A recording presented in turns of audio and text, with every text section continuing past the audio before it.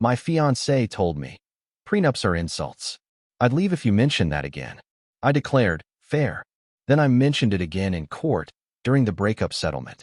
I, 32M, thought I knew everything about my fiancé until she made one thing crystal clear. Prenups were deal breakers. The way her voice turned ice cold when she said I'd better never mention it again should have been my first warning.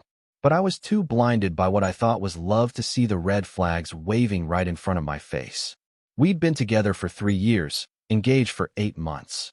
She was everything I thought I wanted: beautiful, charming, successful in her marketing career.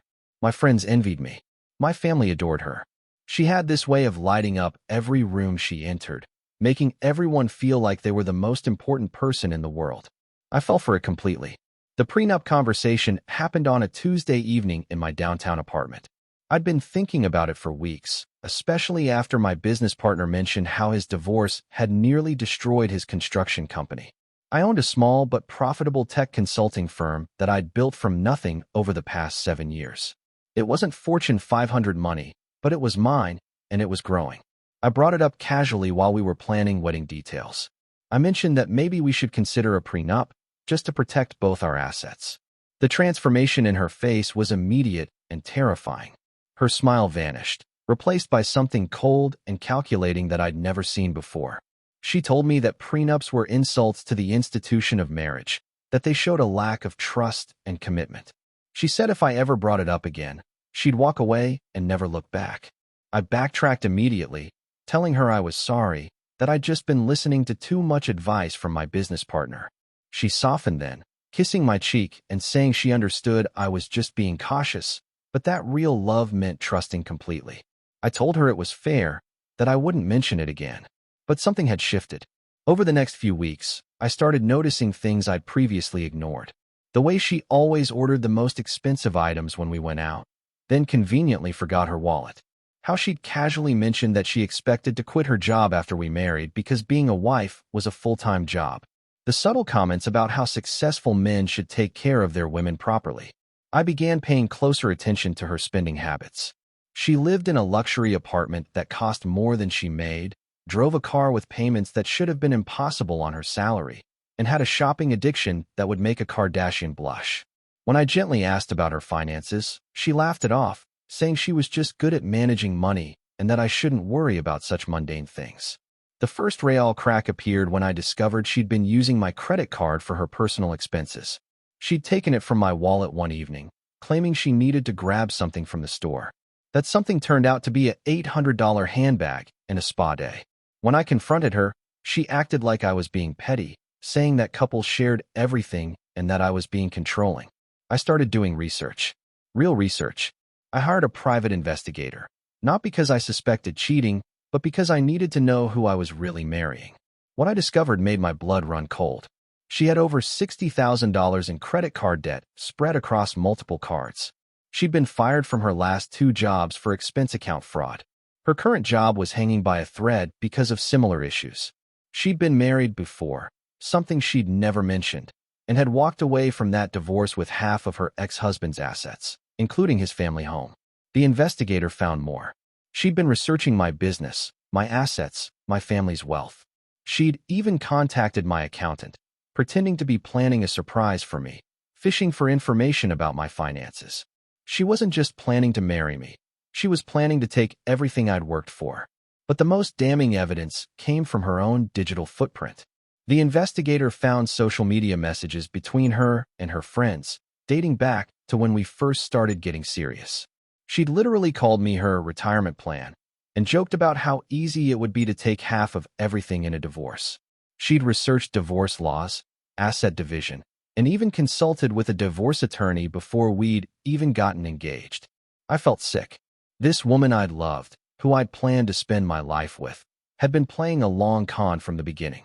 Every kiss, every "I love you," every moment of intimacy had been calculated manipulation. I could have confronted her immediately, but something my father had always told me echoed in my mind.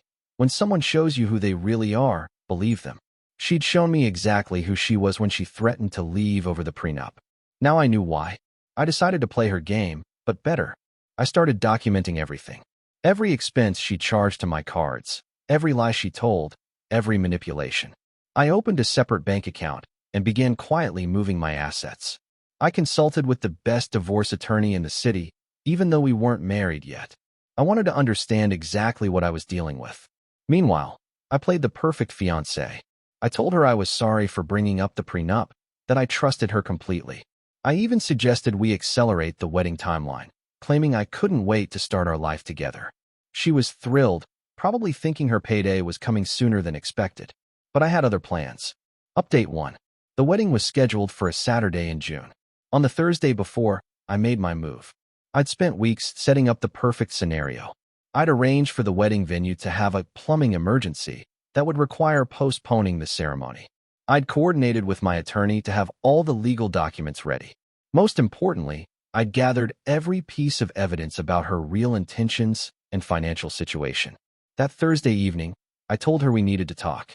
I sat her down in my living room and calmly explained that I'd discovered some concerning information about her finances. I mentioned the debt, the job issues, the previous marriage she'd hidden from me. She went through the predictable stages. First, denial, claiming I was paranoid and that the information was wrong. Then anger, accusing me of spying on her and violating her privacy. Finally, manipulation, tears, apologies, promises to change, declarations of love. I listened to it all with the detached calm of someone who'd already made their decision. When she finished her performance, I told her I was calling off the wedding. The mask came off completely then. She screamed that I couldn't do this to her, that she'd already quit her job, that she'd told everyone we were getting married. She threatened to sue me for breach of promise, to ruin my reputation, to destroy my business. I let her rage for a few minutes. Then I told her about the prenup. I explained that I'd had my attorney draw up a comprehensive prenuptial agreement weeks ago.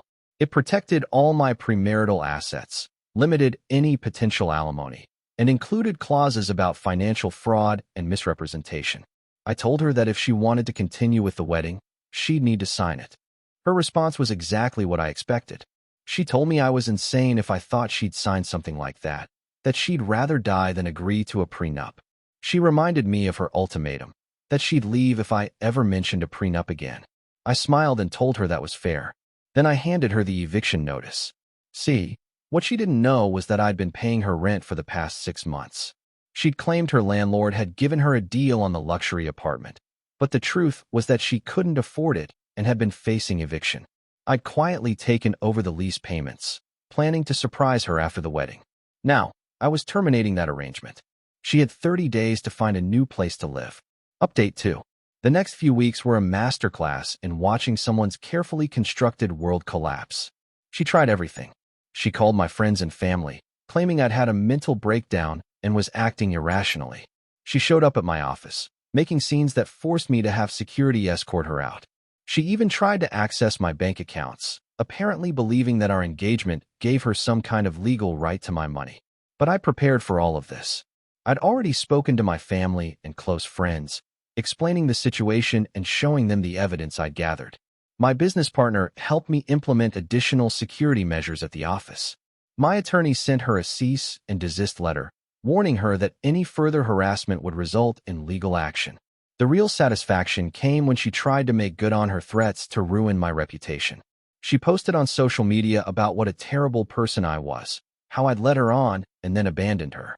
She tried to contact my clients, claiming I was unstable and unreliable. What she didn't realize was that I'd already gotten ahead of this. I'd quietly reached out to key people in my professional network, explaining that I discovered my fiancée had been attempting to defraud me and that she might try to damage my business out of spite. I provided just enough evidence to make it clear that any claims she made should be taken with a grain of salt. Her social media campaign backfired spectacularly. Several of her own friends came forward, apparently having suspected her motives all along. One of them even shared screenshots of the messages where she'd called me her retirement plan. But the real coup de grace came when she tried to take legal action. She hired an attorney and filed a breach of promise lawsuit, claiming that I'd caused her emotional distress and financial hardship by calling off the wedding. She demanded compensation for the job she'd quit, the wedding expenses, and punitive damages for emotional suffering. This was exactly what I'd been hoping for. Update 3. The court proceedings were everything I'd dreamed they would be. Her attorney had clearly taken the case based on her version of events, that I was a successful businessman who'd callously abandoned his innocent fiancée at the altar. They probably thought it would be an easy settlement, that I'd pay to make the problem go away rather than face the publicity. They were wrong. My attorney came prepared with everything. Financial records showing her debt and spending patterns. Documentation of her previous marriage and divorce. Evidence of her attempts to access my financial information. Screenshots of her social media posts calling me her retirement plan. Records of her job terminations for fraud. But the most damaging evidence was the recording. I'd recorded our final conversation, the one where she'd threatened to sue me and destroy my business. In it, she'd clearly stated that she'd rather die than sign a prenup, that she deserved half of everything I owned just for agreeing to marry me, and that she'd planned to quit working permanently after the wedding. When my attorney played that recording in court, I watched her face go white. Her lawyer looked like he wanted to disappear into the floor. The judge was not amused. He dismissed her lawsuit immediately, calling it frivolous and potentially fraudulent. He ordered her to pay my legal fees and warned her attorney about bringing cases without proper due diligence. But I wasn't done. My attorney then filed a countersuit for attempted fraud, harassment, and defamation. We had documentation of every false claim she'd made, every attempt to damage my business, every lie she'd told to mutual friends and family. The settlement negotiations were brief. Her attorney advised her to accept our terms rather than face a trial that would likely result in criminal charges for fraud. She agreed to pay restitution for the money she'd stolen using my credit cards, plus interest and penalties. She signed a comprehensive non-disclosure agreement, preventing her from discussing our relationship or making any public statements about me. She agreed to a restraining order that kept her away from my home, office, and known associates. Most importantly, she had to publicly retract all her social media posts and issue a statement acknowledging that her claims about me were false. Final update. 6 months later, I ran into her at a coffee shop downtown. She looked different, older, tired, defeated. She was with a man I didn't recognize, and I could see her working the same charm that had once fooled me. She was laughing at his jokes, touching his arm, gazing at him with those same adoring eyes I'd once thought were genuine. She saw me watching, and our eyes met for just a moment. There was no anger there anymore, no hatred, just the cold calculation of someone who'd moved on to her next mark. I felt nothing but pity. The whole experience taught me something valuable about trust and intuition.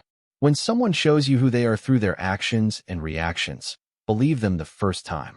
Her violent response to the mention of a prenup wasn't about love or trust. It was about protecting her investment strategy. I eventually did get married, 2 years later, to a woman who brought up the prenup idea herself. She was a successful attorney who understood that protecting individual assets wasn't about lack of trust. It was about being practical and responsible. We've been happily married for 3 years now, and I've never once regretted walking away from what I thought was love, but was actually the most expensive lesson of my life. Sometimes the best revenge isn't elaborate schemes or public humiliation. Sometimes it's simply refusing to be the victim someone planned for you to be.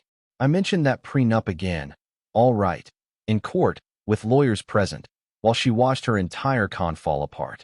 And it felt absolutely fair.